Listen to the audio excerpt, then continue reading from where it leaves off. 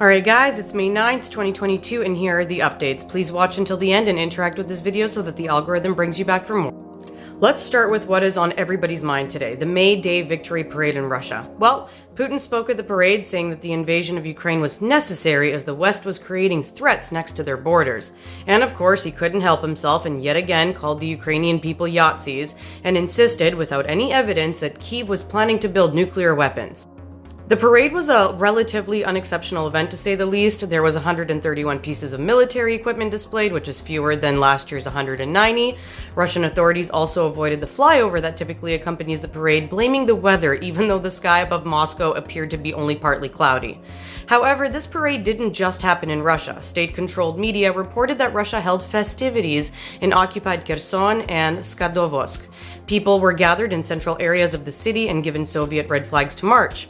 Also, a few small Victory Day parades were held in occupied Enerhodar, Zaporizhia Oblast, and the bombed-out Mariupol. Ukraine's armed forces reported that early this morning, Russia has fired 4 missiles from the Russian-occupied Crimea. 3 of them hit the Odessa Oblast, damaging 5 buildings, injuring 2 people, and burying a dog under rubble. Thankfully, the dog was pulled out from under the rubble, but I'm not sure if he survived or what his injuries were. Later on the same day, more missiles hit the Oblast, setting fire to a shopping mall, but no casualties have been reported. Council of Europe Secretary General Marja visited Irpin and Borodyanka today and made this statement. I am shocked at the senseless destruction caused by Russian aggression, but I am impressed at the resilience of the Ukrainian people.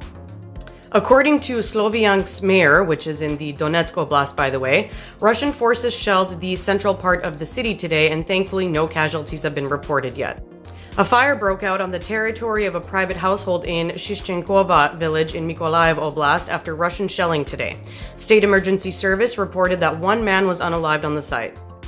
Yesterday, I missed telling you about the 2-story building in Shipiliivka in Luhansk Oblast that was shelled by Russia. Well, today, 11 people remain under the rubble, and we have no idea if they're going to end up surviving or not. For a bit of good news, Ukrainian troops repelled 15 Russian attacks in Donetsk and Luhansk regions, and Russia lost an anti-aircraft missile system, 9 tanks, 3 artillery systems, 25 units of combat armored vehicles, 3 units of special engineering equipment, and 3 cars. Air defense units also took down 1 Orlan 10 drone. Now, Russian using smart TVs got hacked today and reported seeing a message instead of their usual channels. This message said, "The blood of thousands of Ukrainians and hundreds of unalived children is on your hands. TV and the authorities are lying. No to war."